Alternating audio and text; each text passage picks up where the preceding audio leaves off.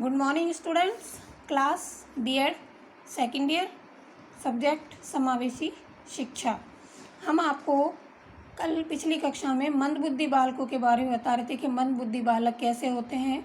वे बालक जो अपनी कक्षा के पाठ्यक्रम को समझने में असमर्थ होते हैं, वो स्वयं अपना जीवन निर्वाह करने में असमर्थ होते हैं और अपने दैनिक जीवन की आवश्यकताओं की पूर्ति के लिए भी दूसरे व्यक्तियों का आश्रय लेते हैं। वे मंदबुद्धि बालक होते हैं। अब इनके लक्षण क्या है, इन्हें कैसे पहचानेंगे? कि इनकी बुद्धि लब्धि 70 से कम होती है, जो कि क्रो ने कहा है कि इनकी बुद्धि लब्धि 70 से कम होती है। दूसरी बात, इनके सीखने की गति मंद और सीखने में अधिक त्रुटियां करते हैं। तो इनकी गति सीखने में बहुत ही मंद होती है और गलतियां भी ये बहुत अधिक करते हैं। इनका ध्यान विस्तार सीमित होता है, ये ज़्यादा ध्यान नहीं कर सकते हैं। ये अपनी चिंता ज़्यादा करते हैं। अगर इन्हें थोड़ी सी भी चोट लग जाए, थोड़ी सी भी परेशानी हो जाए, तो ये अपनी स्वयं की चिंता ज़्यादा करते हैं।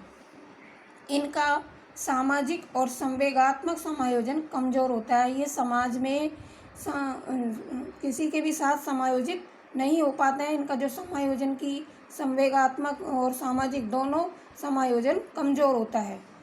वे कार्य कारण संबंध सही ढंग से स्थापित नहीं कर पाते हैं। वे कार्य और कारण में संबंध स्थापित नहीं कर पाते कि ये कार्य क्यों हो रहा है, किस कारण से हो रहा है, उनमें संबंध स्थापित सही ढंग से नहीं कर पाते हैं।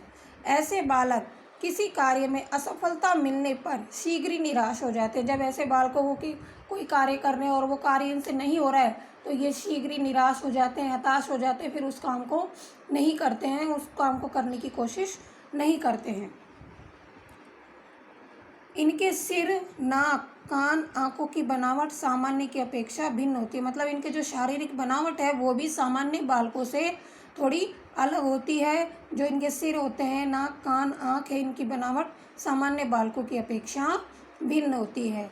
ये सीखे हुए तथ्यों का प्रयोग नवीन परिस्थितियों में कठिनाई से कर पाते हैं। अगर इन्होंने कोई बात सीख ली है, कोई ज्ञान प्राप्त कर लिया है, तो उन तथ्यों का प्रयोग नवीन परिस्थितियों में कठिनाई से कर पाते हैं। इन्हें बहुत कठिनाई होती है।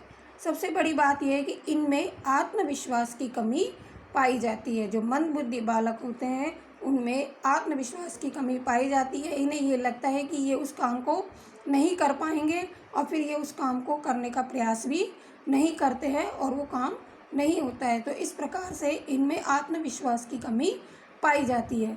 इस प्रकार से जो मंदबुद्धि बालक हैं, उन सभी बालकों के ये सब लक्षण हमें शिक्षाविदों ने बताए हैं। आशा करती हूँ कि आपको ये समझ आए होंगे। ये आपके रीट की परीक्षा की दृष्टि से भी बहुत ही महत्वपूर्ण है। आप इन पर ध्यान दीजिएगा। धन्यवाद।